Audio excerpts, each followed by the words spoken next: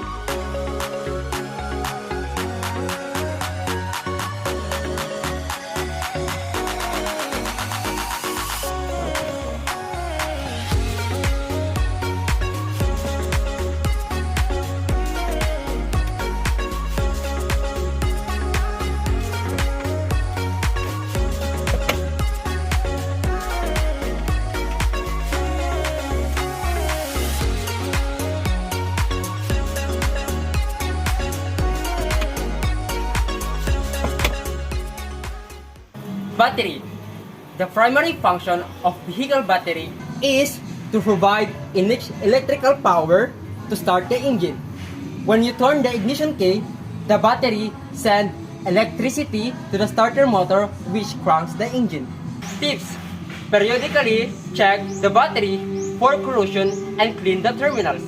Make sure it's securely mounted. You may need to tighten the battery connections if they become loose. If your vehicle is not regular use, consider using trickle charger to keep the battery charged.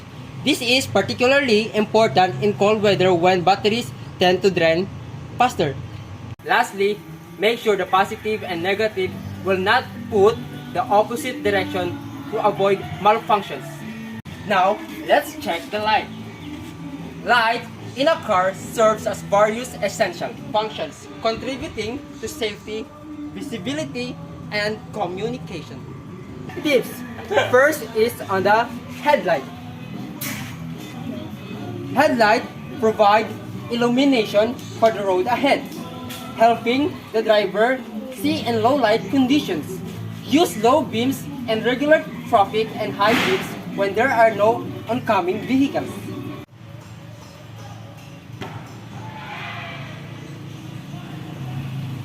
Next on the taillight. Taillight make your vehicle visible to drivers behind you. Always ensure that they are working to prevent rear-end collisions.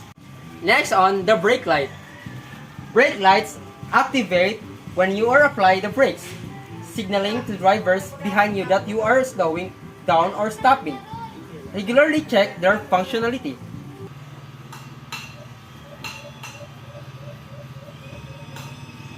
And next is turn signals. Turn signals indicate your intention to change lanes or make a turn. Use them to communicate with other drivers for safe lane changes and turns.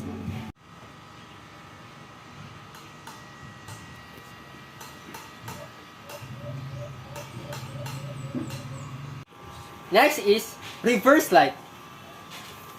These lights engage when you put your vehicles in reverse, helping you see what's behind your vehicles and alerting others of your intentions. Next is hazard light.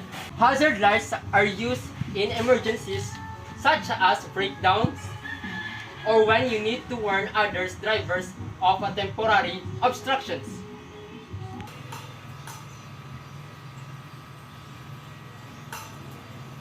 Next is fog light. Fog lights are lower and aim differently to cut through dense fog, rain, or snow. Use them in adverse weather conditions. Next is daytime running lights.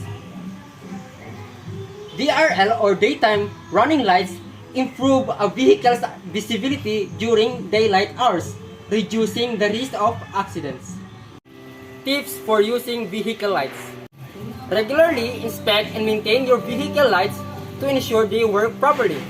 Keep your headlights on in low light conditions, such as dawn, dusk, or when visible is reduced. Use your high beams on unit roads, but dim them for oncoming traffic.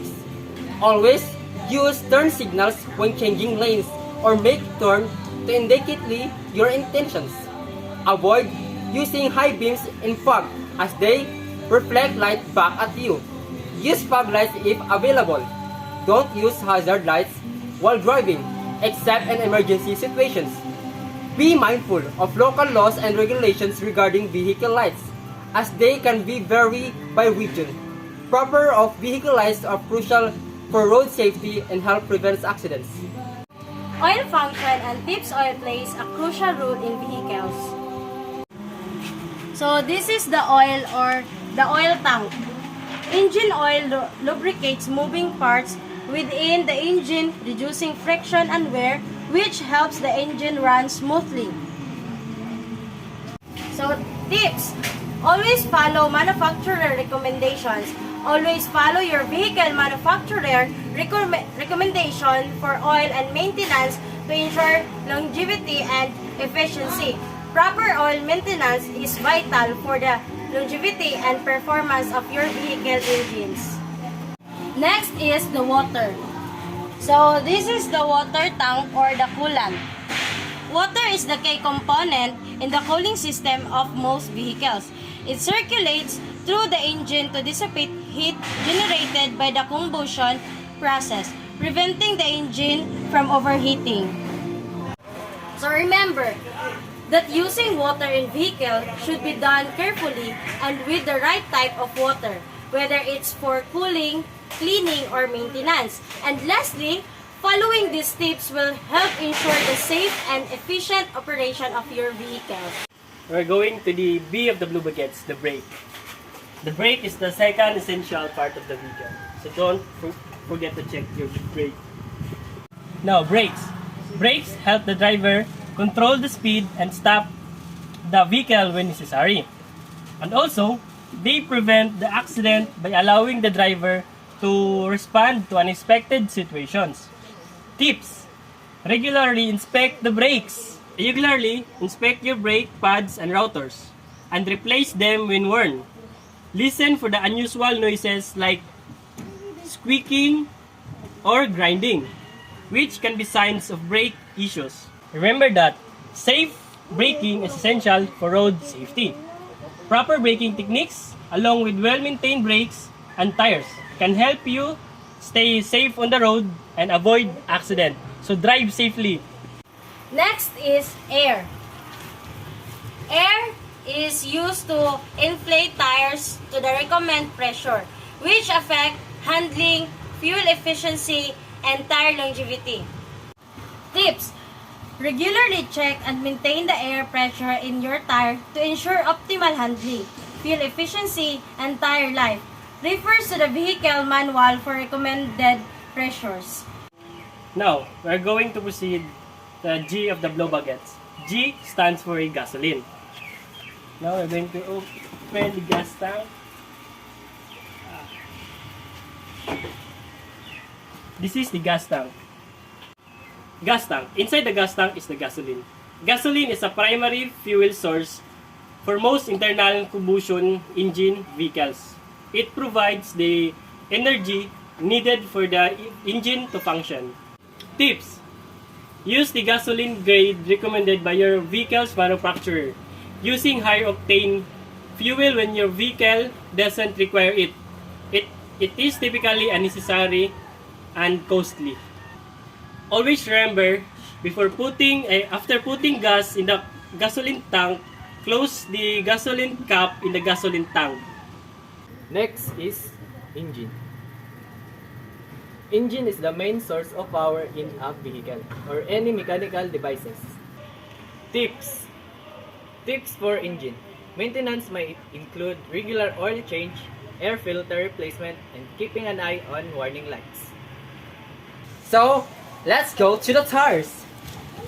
Tires support the weight of the vehicle in its occupant, distributing this load evenly to provide stability and control. Tires provide the necessary grip on the road, allowing the vehicle to accelerate, brake, and turn effectively. Tread patterns and rubber compounds impact traction. Tips: check tire pressures regularly and maintain in the recommended levels. Inspect tires for signs of damage such as cuts, bulges, or punctures. Rotate tires regularly to ensure even wear. Align your vehicle wheels to prevent uneven tire. Wear replace tires when they are worn down on the minimum tread depth recommended by the manufacturer. Now, we are going to the S of the blowbaguettes. S stands for self, me, the driver. You are responsible for operating the vehicle, including accelerating, braking, and steering to maintain the road. Tips: you should be responsible. Driving not only keeps you safe, but also contributes to the safety and well-being of all road users. Always prioritize the safety and follow traffic laws while driving to avoid accidents. So, keep safe while driving.